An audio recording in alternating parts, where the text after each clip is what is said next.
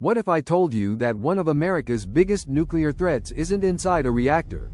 It's what happens after the reactor stops working.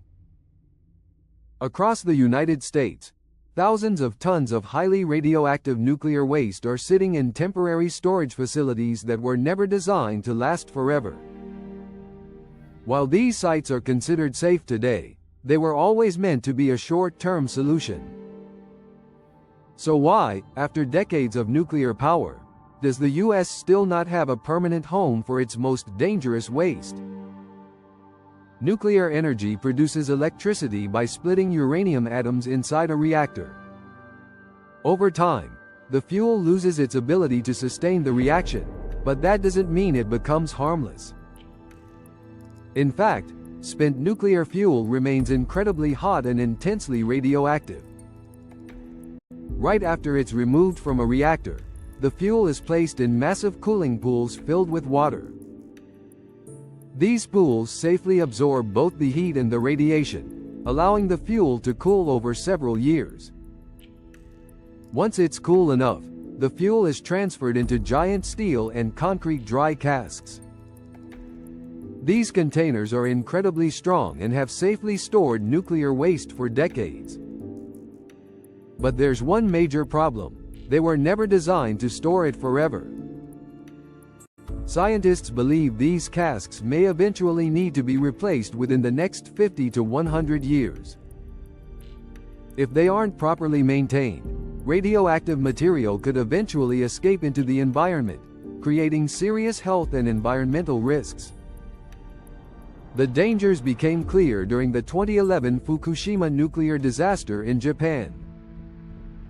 Although the worst-case scenario was avoided, experts feared that damage to spent fuel storage could have released enough radiation to force the evacuation of millions of people. It was a reminder that managing nuclear waste is just as important as operating nuclear reactors safely. So why not simply recycle the fuel? Some countries do reprocess portions of their nuclear fuel, but the process is extremely expensive and still leaves behind highly radioactive waste that must be stored safely. What about launching it into space? That sounds simple, until you consider the risk of a rocket failure. One explosion during launch could spread radioactive material over a huge area. Dumping it into the deep ocean isn't an option either. International agreements prohibit disposing of high-level nuclear waste in the seabed because of the environmental risks.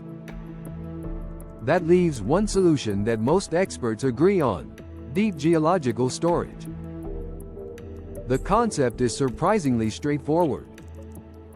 Build a facility hundreds of meters underground in stable rock formations, place the waste inside specially engineered containers, and seal it away where it can remain isolated for tens of thousands, or even hundreds of thousands, of years. Several countries are already making this a reality. Finland is leading the world with the first permanent deep geological repository expected to begin operations before the end of this decade. Sweden, Canada, France, and Switzerland have also selected long-term sites, while other nations continue searching for suitable locations. So why hasn't the United States done the same? The biggest obstacle isn't the technology, it's politics. For decades, proposed storage sites have faced intense public opposition and political battles.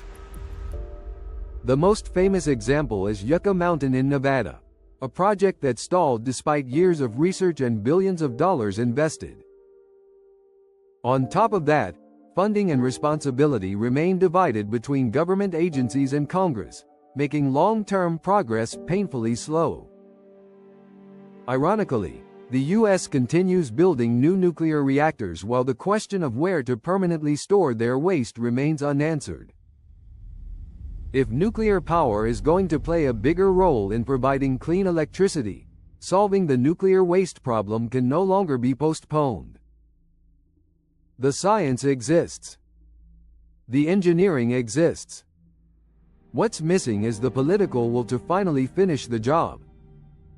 What do you think? Should the US move forward with a permanent underground nuclear waste repository, or is there a better solution? Let us know your thoughts in the comments below. If you enjoyed this video, don't forget to like, subscribe, and share it with someone who loves science, technology, and the future of energy. Thanks for watching, and we'll see you in the next one.